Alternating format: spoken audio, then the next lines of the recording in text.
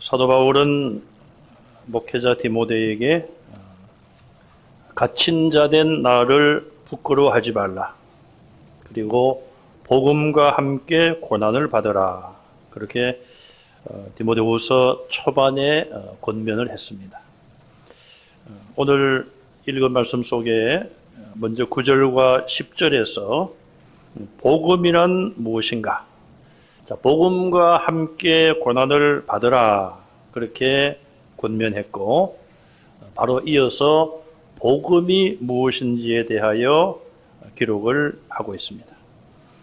복음은 하나님이 우리를 구원하신 기쁜 소식이죠. 하나님이 우리를 구원하신 기쁜 소식. 복음 혹은 아름다운 소식, 영어로는 good news 그렇게 말하죠. 어떤 분은 복음을 그렇게 비유했습니다. 요즘은 밥을 얻어먹는 사람, 옛날 거지라고 그랬죠, 거지. 제가 어릴 때만 해도 뭐 집이 잘 살든 못 살든 그냥 불쑥 들어와서 밥 좀 달라는 분들이 있었어요. 이 복음 혹은 복음을 전하는 전도란 무엇이냐? 밥을 얻어먹은 거지가 친구 거지에게 저 집에 가면은 밥을 준다. 그걸 가르쳐 주는 것이다. 그렇게 비유를 했습니다. 참 재미있는 비유라고 볼 수도 있고 또 상당히 좀 급박스럽다. 굉장히 이 밥을 얻는 데 실패하면은 굶는 거 아닙니까? 굉장히 절실한 것이죠. 그래서 저 집에 가면은 밥을 준다. 저 집에 가면은 복음을 듣고 구원 얻을 수 있다. 뭐 그것을 복음이다 혹은 전도다 그렇게 비유했는데 굉장히 의미가 있는 비유라 그렇게 볼 수가 있습니다. 자, 구원은 인간이 얻을 수 없습니다. 로마서 1장 16절에 보시면 복음은 모든 믿는 자들에게 구원을 주시는 하나님의 능력이다 그랬어요. 구원을 얻을 수 있는 하나님의 능력이 바로 복음 안에 있다는 것이죠. 하나님은 독생자의 십자가의 죽음을 통하여 우리를 죄에서 구원하십니다.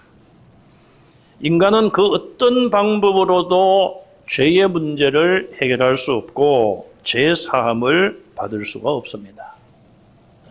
성경에 보면 수다한 비누를 쓴다 할지라도 옛날 성경에는 양잿물을 쓴다 할지라도 요즘 세제가 많이 발전했죠.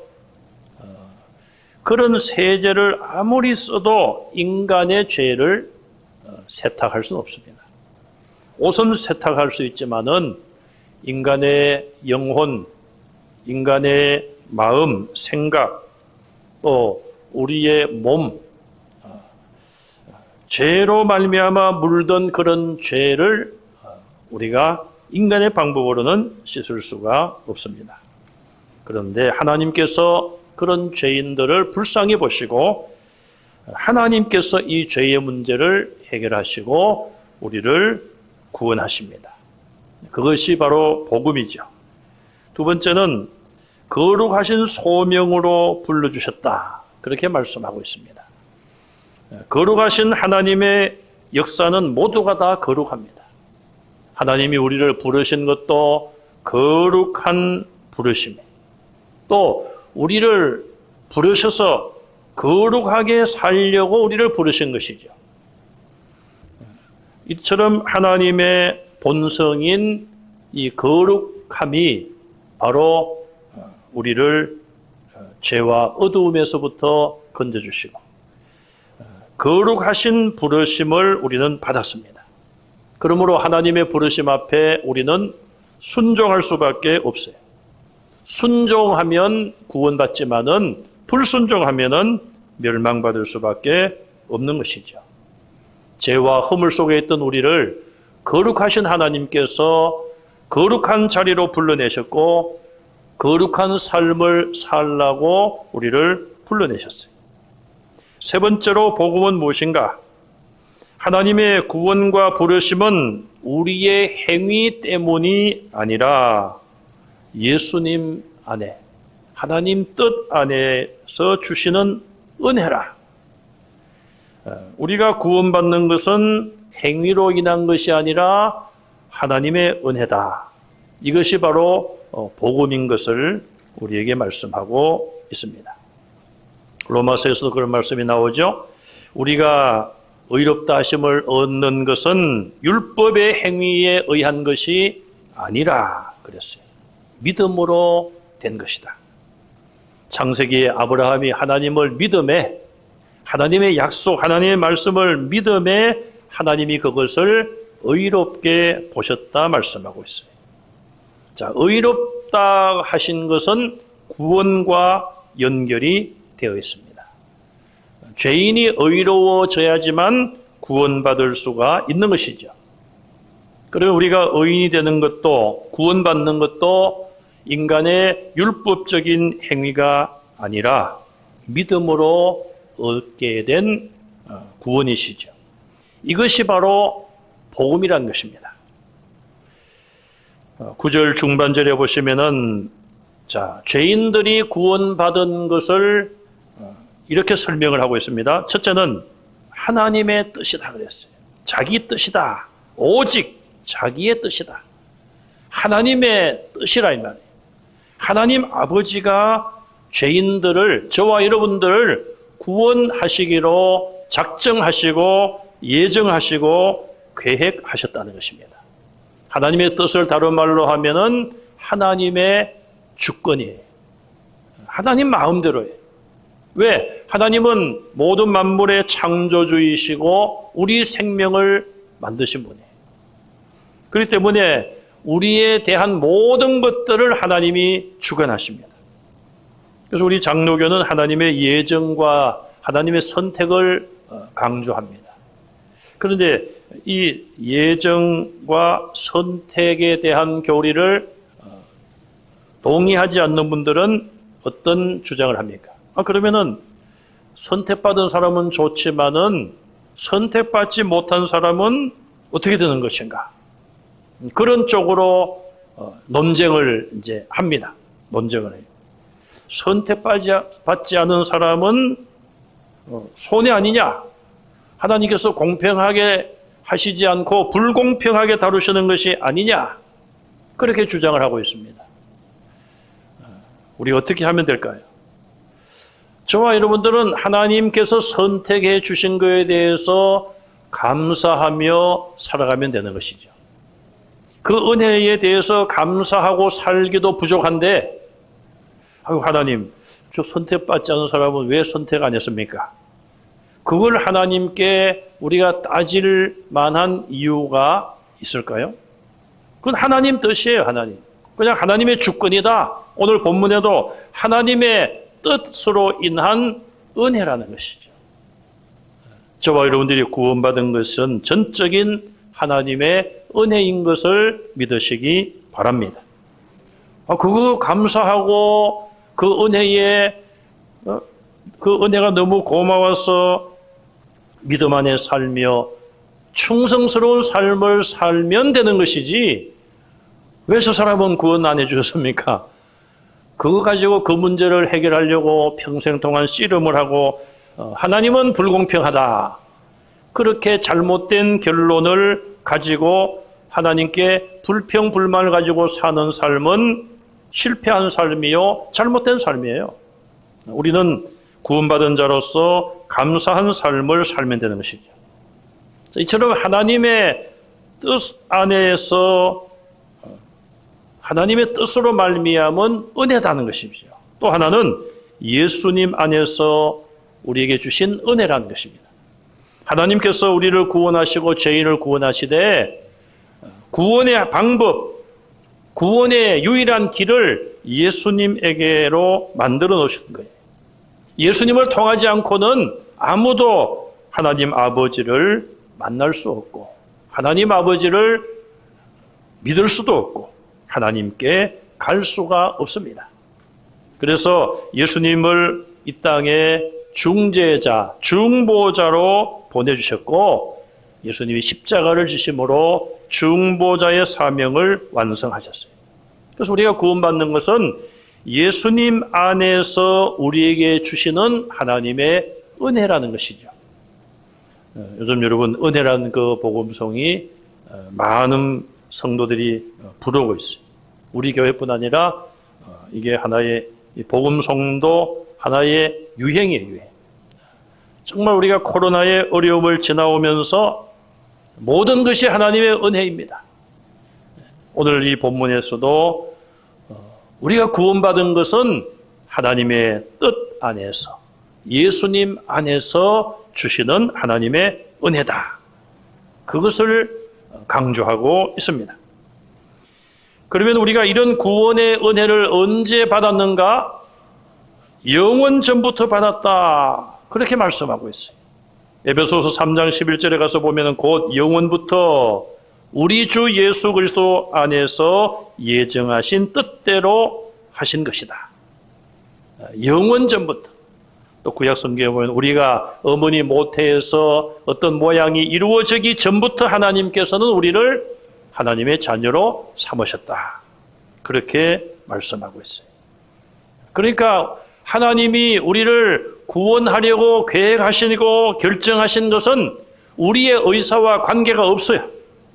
우리가 예수님에 대해서 하나님에 대해서 뭐 생각해보고 믿을까 말까 한 그 훨씬 이전에 이미 영원 전에 하나님께서 우리를 구원하시기로 작정해 놓으셨다. 그리고 때가 되어서 이제 우리를 부르셨다. 이것이 성경에 나오는 하나님의 구원 계획이고 그렇기 때문에 이건 100% 하나님의 은혜라는 거예요. 우리가 하나님이 우리를 선택하기 위하여 우리가 조금이라도 작용을 했느냐 이 말입니다. 내가 착하고 하나님 보실 때에 순종도 잘하고 말씀대로 살고 충성도 하고 그런 모습을 하나님이 보시고 선택했다면은 이야기가 다르죠. 우리가 이 땅에 태어나기도 전에 아예 영원 전부터 하나님께서 모든 것을 아시고 우리를 하나님의 자녀로 예정하시고 선택해 놓으셨다. 이것이 하나님의 구원의 은혜요. 이것을 전하는 것이 복음이요. 이 모든 내용이 담겨 있는 것이 복음입니다. 자, 바울은 이렇게 복음을 설명을 하면서 예수님이 오심으로써 복음이 전파되고 영원한 생명이 드러났다. 그렇게 말하고 있습니다. 영원 전부터 세워놓으신 하나님의 구원의 계획, 그것이 구체적으로 나타난 것이 바로 이 땅에 예수님이 오심으로써 하나님의 구원 계획이 구체적으로 적용이 된 것입니다. 그 이전에는 구약시대 때 하나님께서 제사 제도를 통하여 자기 백성들을 용납하셨습니다. 그래서 죄는 사람이 지었지만 죄 지은 인간들이 다 하나님 앞에 설 수 없기 때문에 짐승의 피를 통하여서 하나님의 백성들을 만나 주셨어요. 그러나 그 짐승을 제물로 바치는 제사와 예배는 불완전한 것이었습니다. 그래서 예수님이 오심으로 인하여서 자기 몸을 단번에 제물로 바침으로 그 불완전한 제사가 완전하게 성취되었습니다. 완전히 하나님의 공의를 이루었어요. 그래서 이제는 더 이상 짐승을 제물로 드리는 제사가 필요가 없게 된 것이고 예수님의 십자가의 대속을 통하여 죄인들을 구원하는 그 길이 완성되었습니다. 그래서 오늘 예수님이 오심으로써 이 복음이 비로소 전파되게 되고 영원한 생명이 드러났다. 그렇게 말씀하고 있습니다. 그 베일에 쌓인 것이 이제 베일을 벗어버리고 실체가 나타났다는 거예요. 그럼 영생은 뭐냐? 우리가 지난 주일날도 함께 말씀을 나누었죠. 영생은 하나님을 알고 예수 그리스도를 아는 것이다. 그 영원한 생명에 대한 실체를 예수님께서 이제 드러내놓고 보여주신 거예요. 그리고 십자가에서 죽음 이후에 영생할 몸으로 부활하심으로써 부활의 첫 열매가 되셨죠. 영생이 무엇인지를 보여주셨어요. 부활한 몸으로 하나님 나라에 올라가시는 것까지 제자들에게 보여주시면서 장차 우리 모두가 다 주님 오실 그날에 주님이 변화된 몸으로 부활하시고 주님이 하나님 나라에 올라가신 것과 같이 우리도 그 길을 따라 올라가 영원한 생명을 누리게 된다. 그 모든 영생에 대한 비밀을 다 보여주신 것입니다. 10절 하반절에 보시면은 하나님의 은혜는 무엇인가? 자, 은혜가 나타났다. 하나님의 은혜가 무엇인가? 사망을 패하셨다. 자, 이 사망이라고 하는 것은 에덴 동산에서 선악과를 따먹은 이후에 인간을 끝까지 따라다니는 것이 사망입니다. 선악을 알게 하는 나무 열매를 따먹으면은 죽으리라. 반드시 죽는다. 하나님의 약속이요 계명이었습니다. 아담과 하와가 명령을 어기고 따먹고 말았습니다. 그 결과는 뭐 당장은 안 죽었지만 결국은 인간의 수를 다하고 나면은 죽음을 피할 수 없게 되었어요. 자, 그런데 하나님의 은혜는 10절 말씀에서 사망을 패하시고 그랬어요. 여기 패했다는 이 말은 어떤 권력이 있는 것, 힘이 있는 것을 힘이 없게 무능하게 만든다. 그런 의미예요. 사망이 얼마나 힘이 있습니까? 사망이 왕노릇 한다고 그러죠? 아직도 이 사망은 우리 모든 사람 위에 왕노릇하고 있다. 그렇게 볼 수 있어요. 왜? 사망 앞에 사망을 부인할 자는 아무도 없습니다. 죽음을 거부할 자는 아무도 없어요. 인류 역사 이래 하나님의 창조 역사 이래 에녹과 엘리야 외에는 예수님 외에는 사망을 패한 자들이 아무도 없는 것이죠. 그런데 예수님께서 부활의 첫 열매가 되심으로 사망을 패하게 하셨어요. 사망의 왕노릇 하는 것을 이제는 무능하게 했습니다. 그래서 하나님을 안 믿고 예수님을 안 믿는 자들은 사망 앞에 여전히 두려워 떨지만 예수님을 구주로 믿고 예수님의 부활이 나의 부활이라고 믿는 성도들은 죽음 앞에서도 두려워하지 않는 것입니다. 목사님 어떻게 그렇게 자신 있습니까? 죽음을 한번 만나봤습니까? 여러분 뭐 죽음을 만나봐야지 그렇게 믿습니까? 우리 한국 교회에 한동안 그런 게 있었습니다. 천국에 다녀온 사람들이 뭐 천국을 체험한 사람들이 책을 써가지고 뭐 내가 본 천국이니 뭐 그런 책을 써서 천국에 대한 뭐 죽음 이후에 대한 그런 관심들이 굉장히 많았어요. 여러분들 그런 책을 보신 적이 아마 있을 거예요. 읽어보신 분도 계시고 뭐 제목만 들어본 분도 계시고 책을 쓴 사람들의 간증을 들어보신 분도 계실 거예요. 천국을 갔다 온 사람들이 또 뭐 다니면서 간증도 하고 뭐 한때는 그런 것이 또 하나의 유행이었습니다. 여러분 우리가 누가 죽어가지고 뭐 몇 시간 만에 뭐 10시간 만에 혹은 뭐 이틀 만에 다시 살아났다. 그런 어떤 체험을 통하여 간증을 하고 내가 죽었는데 지옥에 갔었습니다. 그게 보니까 유명한 어떤 목사님이 그것도 있었습니다. 자, 우리가 그런 이야기를 들어야지만 뭐 충격이 되고 야, 그 목사님도 그러면 지옥 갈 수 있나? 뭐 좋은 의미로 충격을 받고 내가 더 잘 믿어야지. 글쎄요. 뭐 좋은 어떤 그런 충격이 될지 모르겠습니다. 자, 성경이 분명히 죽음 이후에 부활을 말씀하고 있으며 믿는 자에게는 이미 영생이 있다고 말씀하고 있어요. 인간의 영혼은 죽지 않아요. 인간의 몸에서 영혼을 하나님이 불러가는 것이지, 그러므로 예수 믿는 사람들은 이미 영생을 얻었고 하나님 나라에서 영원히 사는 그런 분명한 약속을 가지고 있는데, 여러분 성경으로 부족한 것입니까? 아유, 내가 성경은 다 알아요. 그런데 성경이 너무 약해요. 좀 누가 그냥 팍 죽었다가 그냥 한 10시간 만에 다시 그냥 의사가 다 죽었다고 하고 완전히 사망 선고가 되었는데, 그 사람이 살아나가지고 내가 지옥에 갔더니 뭐 암흑에도 있더라. 여러분 그런 이야기를 들어야지 우리가 뭐 좀 정신을 차리고, 그 성경 가지고는 안 되는 것입니까? 참 저는 그런 걸 보면은 답답할 때가 많습니다. 하나님이 우리에게 필요한 모든 말씀을 다 주셨는데 왜 뭐 내가 본 천국이니, 우리 신학교 은사분 중에도 한 분이 또 그런 책을 썼어요. 그분이 전혀 그럴 분이 아니거든요. 신학교 다닐 때. 아닌데 나중에 어떻게 목회를 하시고 어떻게 뭘 잘못 보셨는지 그런 걸 썼어요.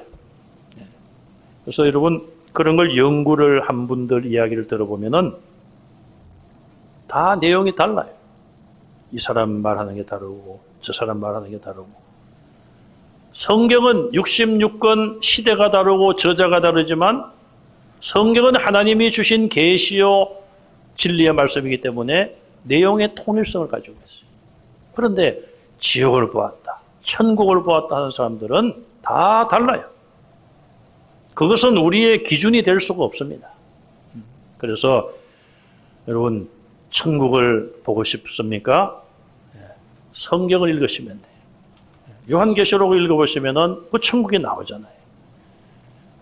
그래서 자, 이 사망의 문제, 죽음의 문제, 지금 사망이 나와서 그쪽으로 지금 흘러갔는데 사망을 패하셨다. 예수 그리스도를 통하여 사망은 멸망받은 거예요. 이제 이 사망이 우리에게 왕노릇할 시간은 유한하게 정해져 있어요. 예수님 재림하실 날에 사망은 우리에게서 완전히 떠나가고 맙니다. 그 다음에 보시면은 생명과 썩지 아니할 것을 드러내셨다. 예수님이 오셔서 생명을 드러내셨고 썩지 아니할 것 영생이죠. 그걸 드러내 주셨다. 그렇게 말씀하고 있어요. 고린도전서 4장 5절에 보니까 그가 어두움에 감추인 것들을 드러내고 마음의 뜻을 나타내신다 그랬어요. 주님 오실 그날에 재림하실 그때의 모든 것을 다 드러내시고 다 심판하실 거예요. 예수님은 이처럼 창세전에 삼위일체 하나님께서 만들어 놓으신 구원의 비밀을 이 땅에 인간의 몸을 입고 오셔서 다 드러내 주셨어요. 공생의 3년 동안 복음을 전하고 천국의 복음을 가르치셨습니다. 그리고 말씀에 기록된 구원의 그 모든 여정을 예수님께서 친히 다 완성해 주셨습니다. 그리고 죽음에서 부활하심으로 부활의 첫 열매가 되시고 영생할 몸으로 변화되어 부활하셨습니다. 그리고 하나님 나라에 올라가셨어요. 그래서 부활의 첫 열매라고 말씀을 합니다. 여러분 첫 열매가 맺히면은 두 번째, 세 번째 열매가 계속 맺어지는 것입니다. 바울은 오늘 본문에서 예수님이 오셔서 인간의 모든 구원을 완성해 놓으셨다.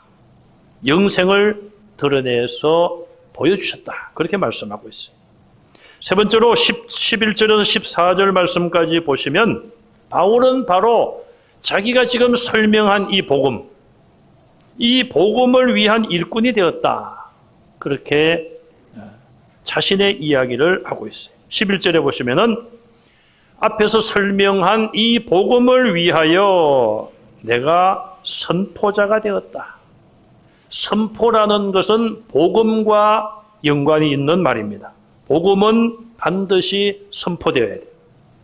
두 번째, 사도가 되었다. 사도는 예수 그리스도께서 보낸 자입니다. 나는 예수님의 보냄을 받았다. 복음을 위하여. 그래서 이방인들을 위한 사도로 보냄받았다. 그걸 말하고 있습니다. 세 번째, 교사가 되었다. 교사. 교사라는 말은 성도와의 관계입니다. 바울도 자기를 교사라고 그랬어요. 교사가 뭡니까? 하나님 말씀을 가르치는 자예요. 교회 안에서 영적 지도자들은 하나님의 말씀을 가르치는 교사들입니다. 자, 이렇게 바울이 자기의 직분을 나는 선포자다, 사도다, 교사다, 복음을 위한 이런 직분을 소개하고 있습니다.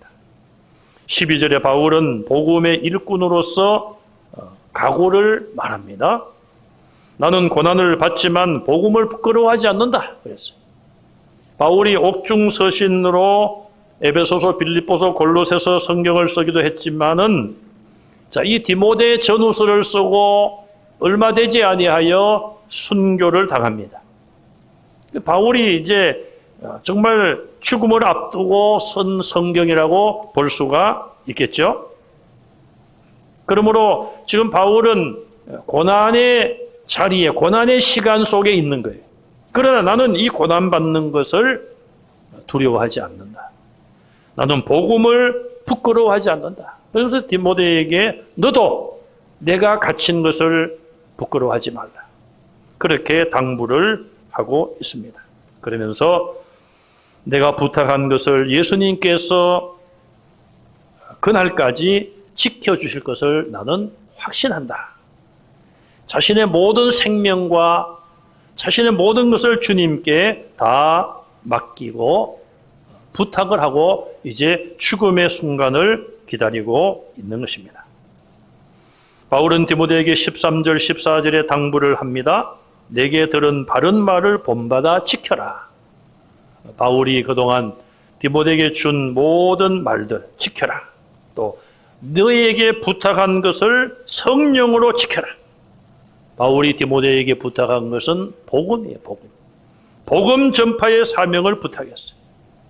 그래서 네 힘이 아니라 성령의 힘으로 이 아름다운 사명을 지켜라. 그렇게 당부를 하고 있습니다. 이 당부는 예수님께서 사도들에게 하신 당부요. 예수님께서 바울 사도에게 한 당부를 바울은 이제 목회자 디모데에게 하고 있습니다. 마지막으로 바울은 복음의 일꾼들을 격려하기도 하고 또 경고하기도 합니다. 16절에 보시면 바울은 오네시보로의 집에 긍휼을 베풀어 주십시오라고 기도하고 있습니다. 이 오네시보로는 복음을 위해서 헌신했던 사람이에요. 바울을 자주 격려했던 사람이에요. 그리고 바울이 메인 것을 부끄러워하지 않았다. 그렇게 말하고 있어요. 로마에 있을 때에 바울을 부지런히 찾아왔다. 로마에 있었다는 말은 바울이 죄수의 신분으로 재판을 기다리고 또 재판하는 중에 있었다는 것을 말합니다. 다른 법을 어겨서가 아니라 예수 그리스도를 증거한 것 때문에 바울이 재판을 받는 중이었고 복음을 위하여 그런 고난을 받는 이 바울을 오네시모는 조금도 부끄럽게 여기지 아니하고 바울을 자주 찾아왔다. 그렇게 오네시보로에 대해서 그가 한 일을 바울은 잊지 않고 디모데에게 기록을 하고 있습니다. 복음의 일꾼으로 좋은 하나의 모범을 지금 제시하고 있는 것이죠. 반대로 나쁜 사람들, 나쁜 사람이라 좀 이상합니다만은 바울이 여기 기록한 바울 자신에게 상처를 주고 바울을 배신했던 사람, 오늘 본문에 보시면은 부겔로와 흐모게네, 부겔로와 흐모게네 이름을 분명하게 기록을 하고 있습니다. 바울이 기록한 성경을 보면은 대부분은 바울의 협력자, 바울을 도왔던 사람, 그런 사람들의 이름이 많이 나옵니다. 그래서 바울이 이런 자들을 너희가 알아주고 이런 자들에게 그리스도의 사랑으로 문안하라. 그렇게 많은 동역자 또 협력자 바울을 도운 사람들을 소개합니다. 그러다가 가끔 오늘 본문에 나오는 두 사람처럼 바울을 배반하거나 바울을 힘들게 했던 사람들, 믿음을 저버린 사람들, 그들의 이름도 기록을 하고 있습니다. 우리는 오늘 본문에서 바울이 복음의 일꾼으로서 정말 어떤 각오를 가지고 일했는가, 그것을 우리에게 사도 바울이 말씀해 주고 있죠. 우리는 하나님의 부르심을 받은 하나님의 자녀들입니다. 또 각자마다 하나님이 거룩한 소명으로 우리를 부르셨습니다. 성도라고 하는 직분뿐 아니라 몸된 교회를 위하여 복음을 위하여 헌신할 수 있는 여러 가지 직분을 저와 여러분들에게 주셨습니다. 우리가 복음을 듣고 구원받은 것도 은혜이지만 또 하나님의 뜻으로 인하여 하나님이 우리에게 은사를 주시고 그 은사로 몸된 교회와 복음을 위하여 섬기게 한 것, 그것도 하나님의 은혜입니다. 이런 이중적인 은혜를 받았어요. 구원받은 것도 은혜이지만 몸된 교회를 섬기게 된 것도 큰 은혜입니다. 은혜로 받은 이 사명에 충성하는 저와 여러분들이 되시기를 바랍니다. 때로는 이 사명을 감당하다가 시험을 받을 수도 있고 어려움을 겪을 수도 있어요. 그러나 그것을 두려워하지 말고 부끄러워하지 말고 앞서간 믿음의 선배님들을 바라보면서 그 모든 환난과 시험을 이겨내시고 주님 오실 그날까지, 주님이 부르실 그날까지 주님만을 의지하고 복음을 위해서 수고하는 복음의 일꾼들이 되시기를 주님의 이름으로 축원합니다. 기도하겠습니다. 하나님 은혜를 감사합니다.